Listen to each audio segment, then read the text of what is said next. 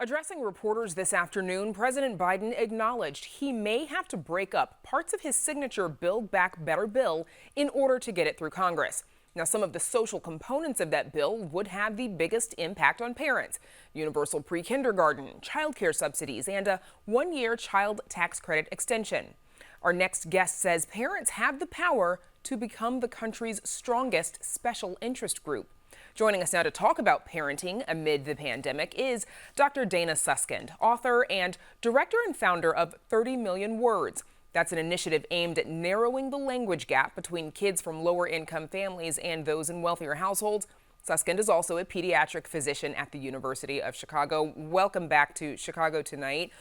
Dr. Suskind, first tell us, what has been the impact of parents on this protracted, pandemic experience? Look, I think that this pandemic has not only left families reeling, left completely on their own, but it's really highlighted the lack of infrastructure and support for families from all backgrounds, with children from all ages. And it has really left them struggling and reeling, and as a result, their children as well. How would you say the pandemic or pandemic parenting has been different for parents of smaller kids versus those of older 5 and up kids?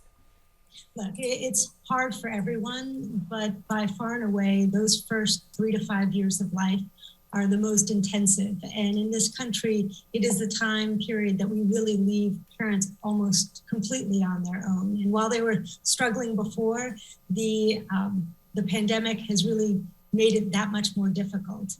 Without the lack of paid family leave, without high quality childcare, families are left to be everything from teachers, coaches, camp counselors, while trying to juggle working as well. So it has been very difficult for all families, but especially families of young children. You wrote in an op-ed in The Hill last week that the largest social safety net expansion in 80 years, which would be this part of the Build Back Better Act, has been repeatedly dangled in front of parents. What could that measure do for parents?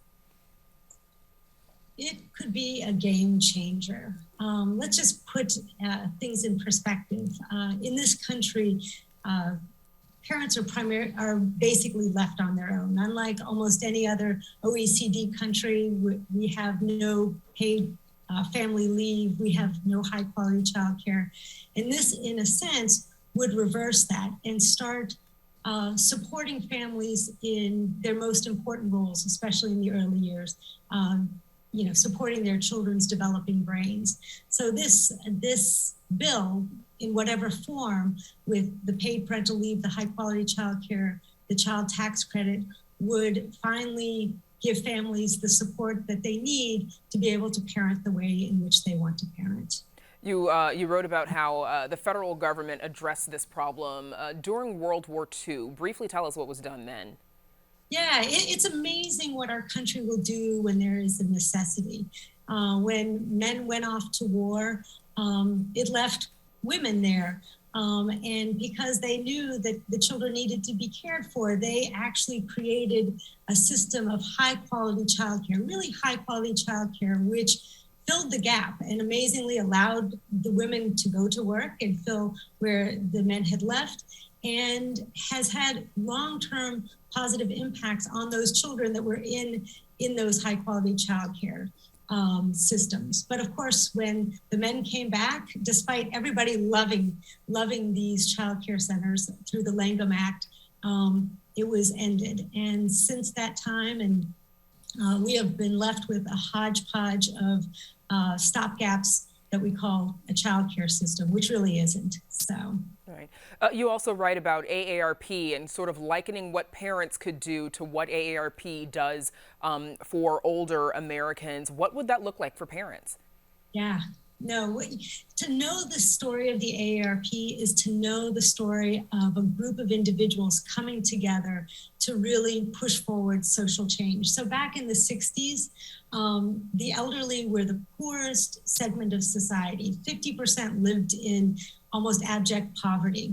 And they came together through it was called something before the AARP, but they came together, and together they became the strongest political voice that we have today. And just by creating the AARP, they decreased elderly poverty by 70%. They have advocated for, many different things that have really elevated the security, the safety net for elderly. But what does it look like today for parents and their children? Well, today, children are actually the poorest segment of society. And as a result, the parents who are taking care of them.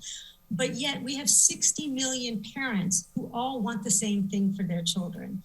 They all want to give their children the best possible start in life. And if they came together, understanding their collective identity and their collective power, they could really push forward changes that all families want. I'm in the midst of, I have a new book coming out, Parent Nation, and I talk to families from all different backgrounds, from all socioeconomic statuses, from educational backgrounds, from the left, from the right, and ultimately all parents wanted the same things for their children and desired the same sort of societal supports. Sorry. And no, it's okay. And of course, you mentioned that book, Parent Nation, coming out in April. We look forward to having you back on to discuss that later on, but that's where we'll have to leave it for now, because obviously you and I can talk about parenting all day.